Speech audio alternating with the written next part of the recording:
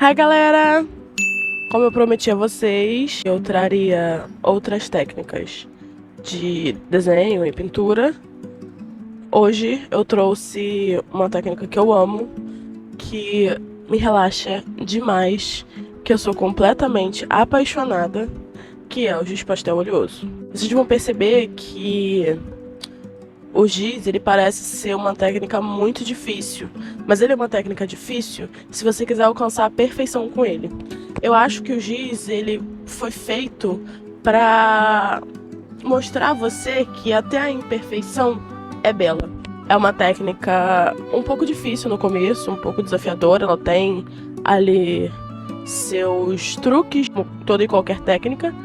Tem truques muito específicos para você conseguir acertar o desenho, para você acertar a pintura, a maneira com que você vai pintar, o estilo com que você vai pintar. É uma técnica realmente calmante, relaxante, porque ali você não está focado na perfeição, você não está focado em conseguir traços perfeitos, pinturas uniformes perfeitas. Você está ali focado em pintar apenas.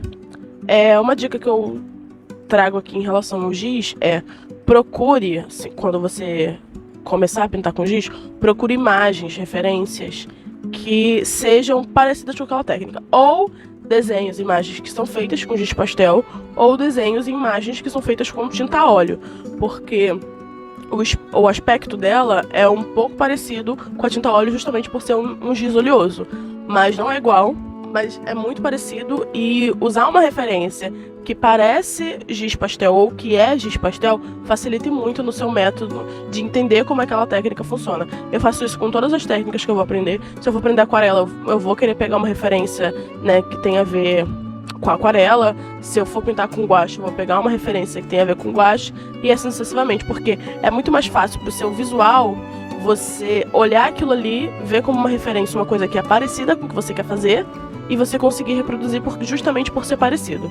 E não se esquece de curtir o vídeo se você gostar, de compartilhar com os amigos, de se inscrever no meu canal, caso você goste do meu conteúdo. Me digam aqui nos comentários, né, quais são outros desenhos que vocês querem que eu traga em giz pastel oleoso, que eu posso trazer em um próximo vídeo.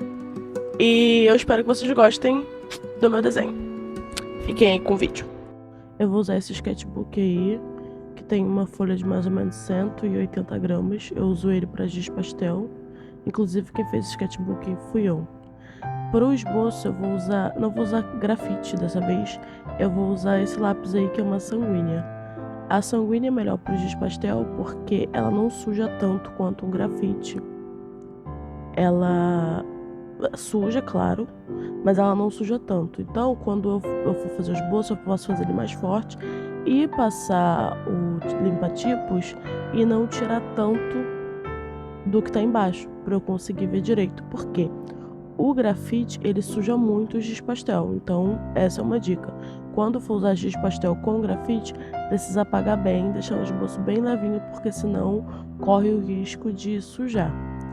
E aí eu fiz o esboço aí do cupcake que eu vou desenhar, da referência aí. Esse cupcake, como qualquer outra referência que eu uso, eu peguei no Pinterest. E não tem muito segredo pra desenhar ele, não. Se vocês quiserem, depois eu mostro certinho, né, mais ou menos medidas e tal. Aí vocês me dizem se vocês querem, mas ele não tem muito segredo, não.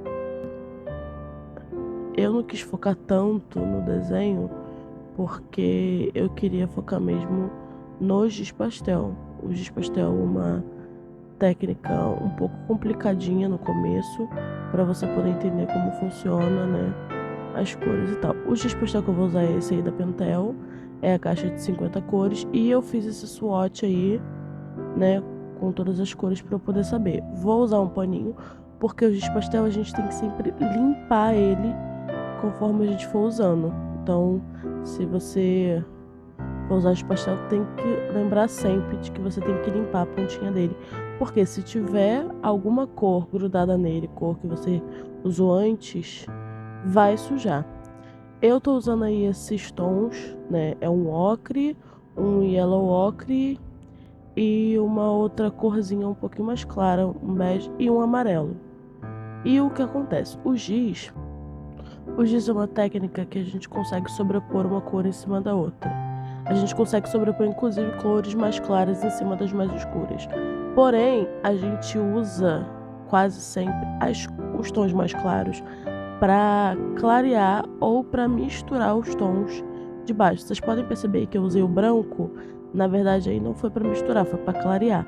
Se eu quisesse misturar os tons, eu poderia também usar o branco, mas aí eu teria que usar outras cores para o branco meio que se misturar ali.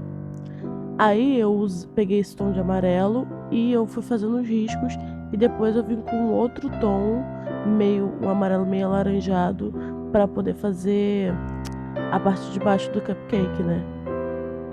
E eu vou usar uma coisa que a gente faz muito, que é, vocês podem perceber que eu tô usando o marrom. E aí, para esfumar esse marrom, eu vou pegar um tom mais claro e eu vou passar por cima do marrom. E aí uma cor vai misturar com a outra e a cor clara de cima vai clarear um pouco a cor de baixo, porque eu não quero que esse marrom fique muito acentuado, né? Eu quero que ele fique só um pouquinho claro, um pouquinho escuro. E aí eu vou vir com branco, só que eu quero deixar esse branco bem forte, então eu vou esfregar bem ele em cima do meu giz. Se eu quisesse que ele ficasse bem mais claro, eu poderia vir com uma espátula, alguma coisa, e tirar um pouco o tom de baixo. Aí o que eu fiz? Eu tava vendo que não tava ficando tão claro quanto eu queria.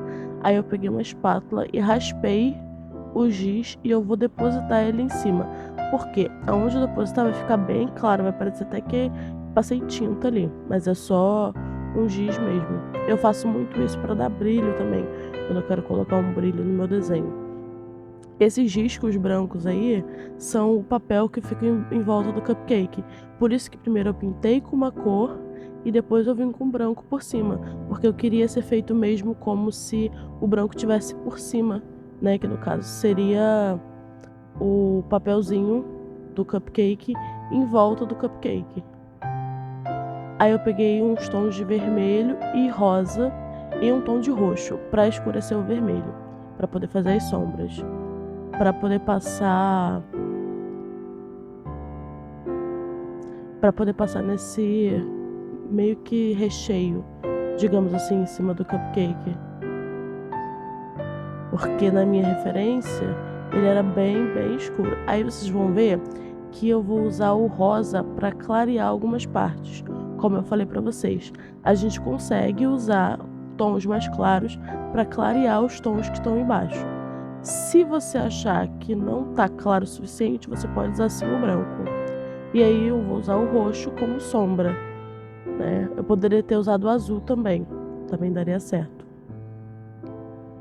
E aí, conforme eu passo o roxo, depois eu volto com o vermelho para não ficar roxo. Eu quero misturar as cores.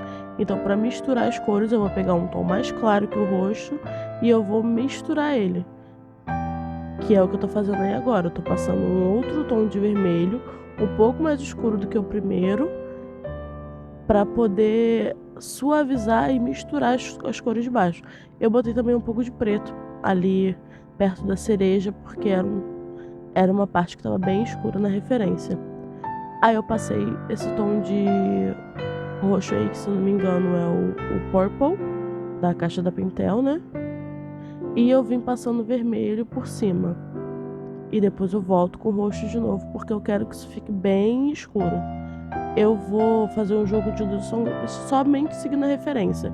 Não vou me arriscar em nada, não vou fazer nada elaborado.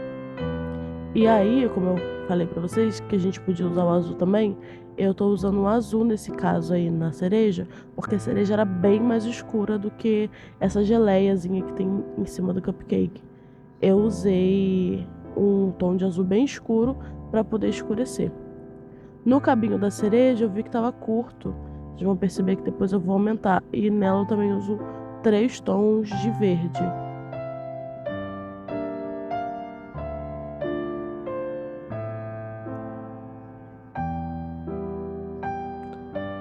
E aí, eu vi que tinha umas partes ali que tava faltando meio que no vermelho e tal.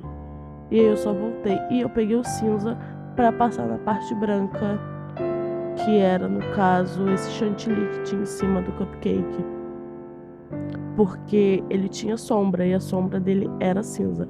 Apesar de ser branco, a sombra era cinza. Que no caso é meio que isso mesmo. Quando uma coisa é muito, muito branca, a sobreposição dela, a sombra dela é cinza. E o prato também ele era bem acinzentado. Ele não era cinza, na verdade, mas a sombra dele era bem cinza, porque o que estava em destaque mesmo era o cupcake e não o prato. Não tem segredo aí, eu só passei em cima das linhas e depois eu esfumei com branco para ficar mais claro. E aí agora eu vou dar o brilho que eu falei pra vocês que eu gostava de fazer com a espátula.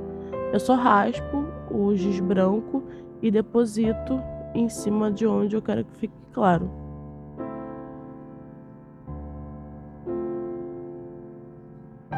Não tem segredo, eu gosto muito da espátula. Eu sempre pego uma espátula bem pequenininha, mas dá pra fazer com uma colherzinha de sobremesa, uma faca, qualquer coisa. E ficou assim.